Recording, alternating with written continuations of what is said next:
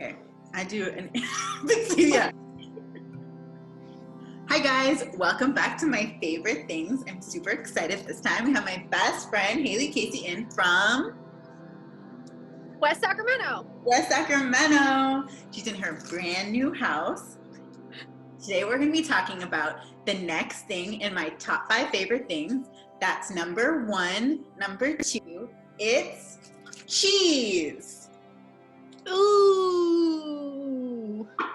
Me and Haylie both have loved cheese our whole lives. Or should I say, Haylie and I. This cheese looks kind of weird because it's in a bag, but it didn't come like this. It originally came like wrapped up nice. Is the bag made out of cheese too? Cheese temperature. I really genuinely thought that was a geode. This cheese has been in my fridge for 2 weeks, but originally when I bought it, I think it had been in her fridge for like 15 weeks. So when you're playing the cheese game, it's a long game and you don't need to be in a rush. You can just savor it, lick it, nibble it. This one is in a geode crust, so it's edible. Can I just say that is a beautiful rock of cheese?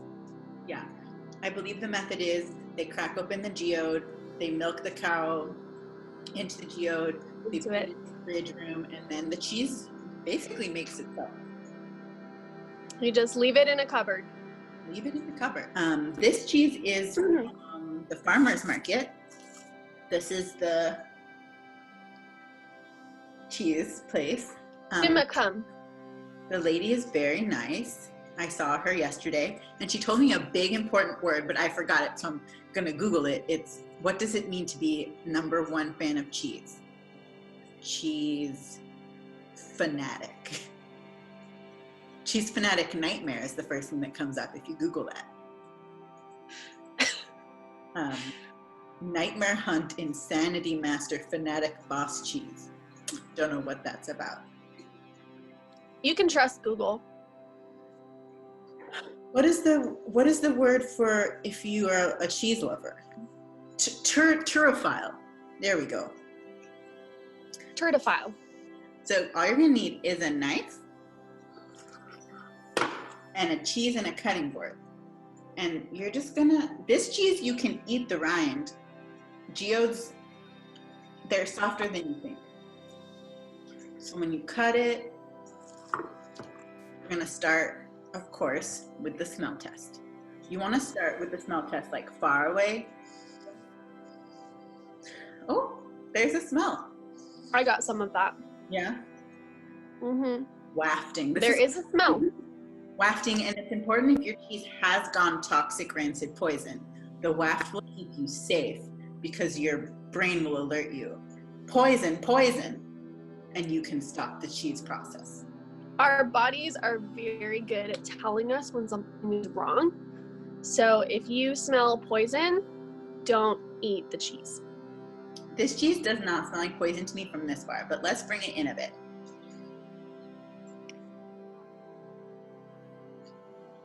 Now, how closely do you need to smell the cheese before you know if you're going to eat it?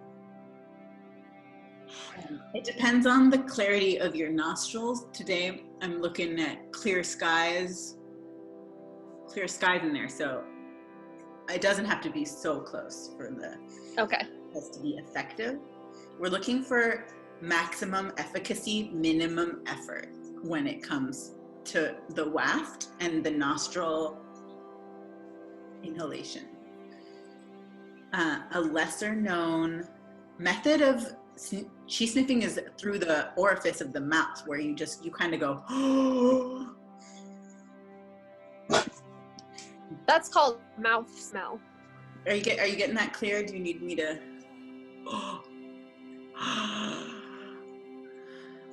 And this way, your tonsils are picking up on some of the delicate aromas, the more nuanced. This one I'm definitely picking up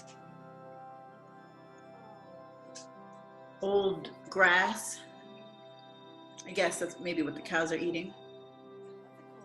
And do a lick test.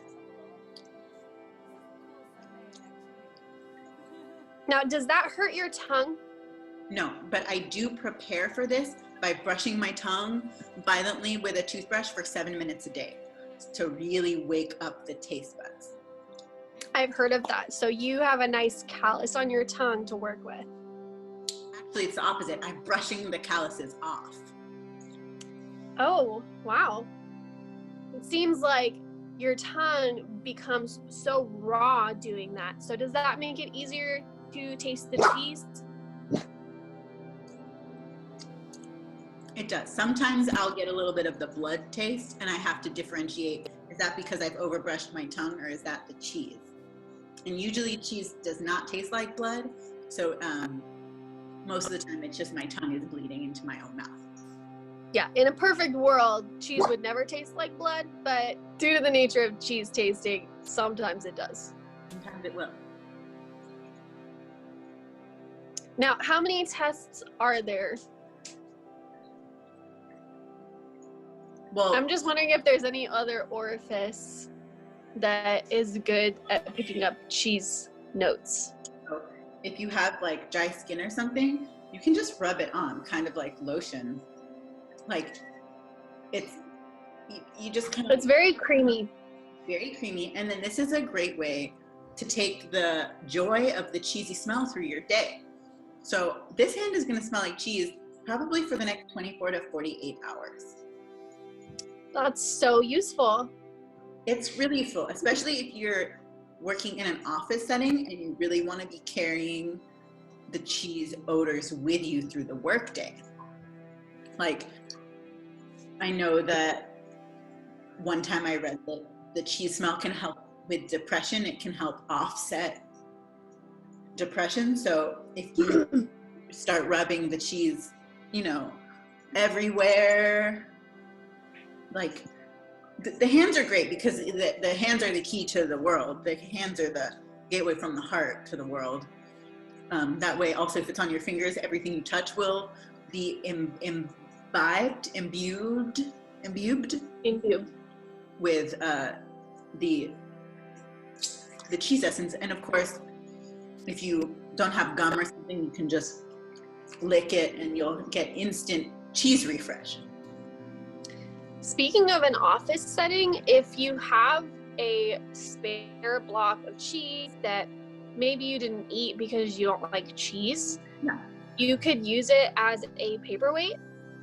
Another good use for leftover uneaten cheese is to use it as a door holder opener, a wedge, door wedge. Both equally good options. It's really expanding the mind to know that there are other uses for cheese besides eating. And like, I know a lot of people that can't eat cheese because they're lactose intolerant. Those people can really benefit from just like take the cheese and put it under your pillow at night when you're sleeping. In the dream time, this way, it's science. The beta waves of the cheese's frequencies will enter the theta waves of your restful heart at sleeping time. It will help keep your body temperature up. So if you're someone who's prone to hypothermia, the cheese under the pillow will make you warmer and cozier, kind of like the way the bears, when they hibernate, they eat a lot of cheese before hibernation. It's kind of like an extra layer of protection. You know, we could probably make a whole another video about this, but something that I feel like we should definitely bring up is that cheese is also a very powerful cosmetic.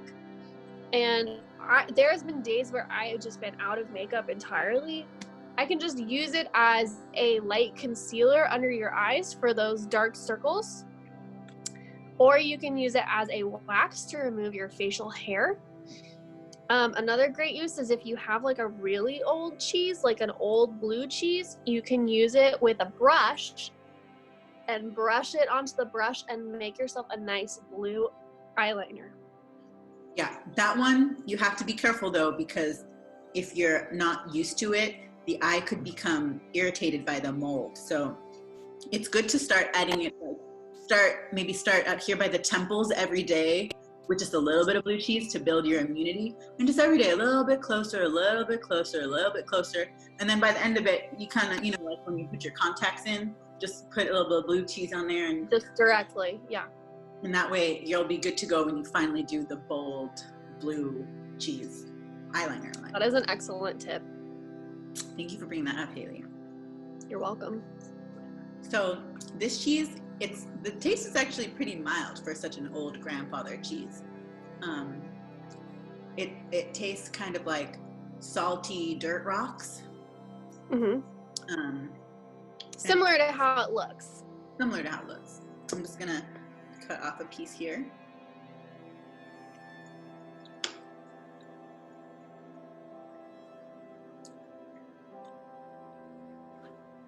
That looks intense. Yeah.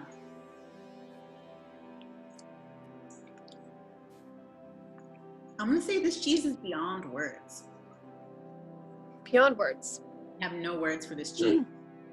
So there's like 3 stars, 4 stars, 5 stars, 6 stars, and then beyond stars, and then beyond words. Yeah. So this one's getting the highest. The level 9 cheese. If you're a baby, you might not like this cheese. If you don't like cheese, you might not like this cheese.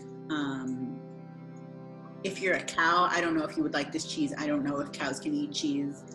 But everyone else should be pretty good eating this cheese. This cheese is Chimacum Valley Dairy, artisan farmstead cheese. This one is Old Cow.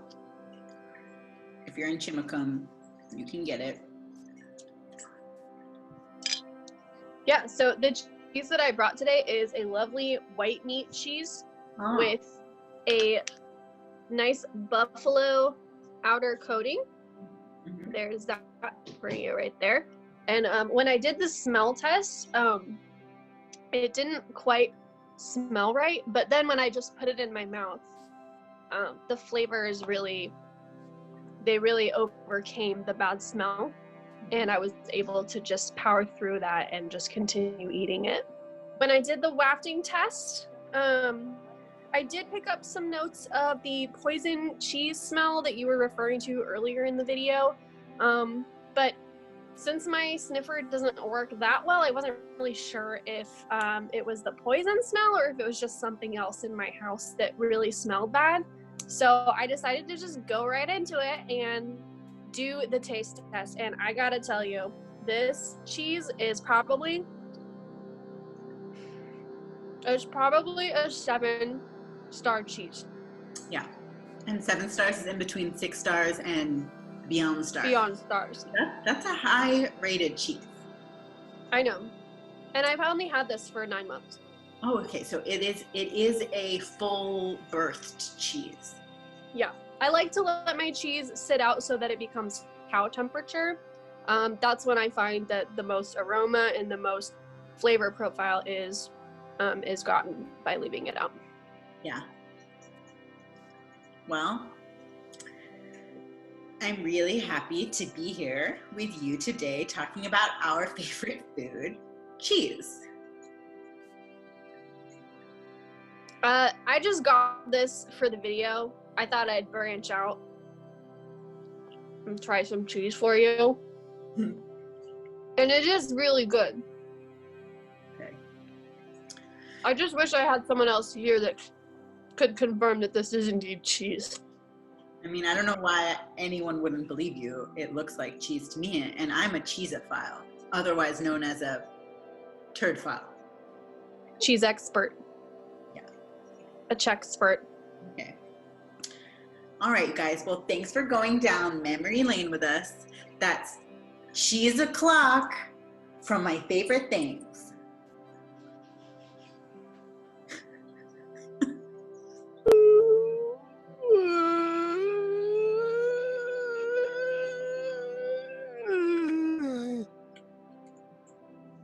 Okay. Excuse me. I love you. Excuse me. I burped.